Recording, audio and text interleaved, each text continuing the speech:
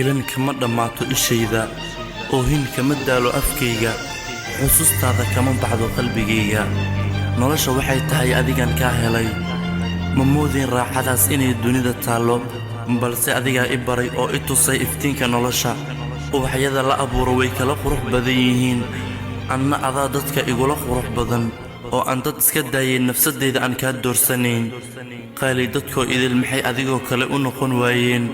hadalkaaga quruxda leh ereygaaga miisaaman kaftankaaga aan laga daalin waa hubaal dadka kuma jiro noocaaga waxaan alle ka baryaa ifka inaad wehel iigu ahaato marnaba aan isba waayin sida wiirada duusho geedaha dushooda marna aan ku degin baad dadka iga dhigan tahay waxaan kuu qabaa jacayl oo uu ku dheehan yahay kalsooni farxad xusuus dareen waxaan hubaa nafsadaada inaad u horayso danteeda keliya ubaxa haddii la jaro ama la gooyo mid kale waa la beeri karaa balse aniga jacaylkaaga haddii la iga saaro mid kale in la igu beeri karo uma malaynayo waxaanba ilaabayn oo aan ku noolahay waa xusuustaada keliya haddii aan mar walba kula joogi lahaa maxaad moodi lahayd dhibaato walba oo adiga kugu soo socota in aniga dusha la iga saaro waan jeclahay jacaylkan adiga kuu qaba dartiisa jacaylkaaga wuxuu iga bixi doonaa waa hal mar oo keliya waana markii ay nafta iga baxdo ogow in ay jirto naf adiga kuu rahan ah waxaad doonto aad ka samaysan karto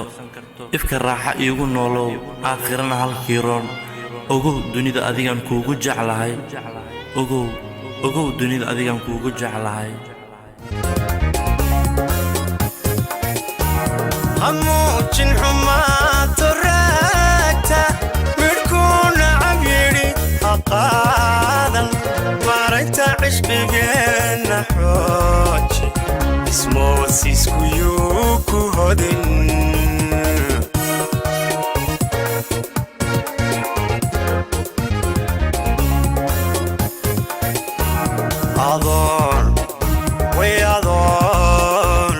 adoon marna iga xanaaqin maskaxda alle kugu manaystay jacaylkiyo midha dhalkiisa ku meel mari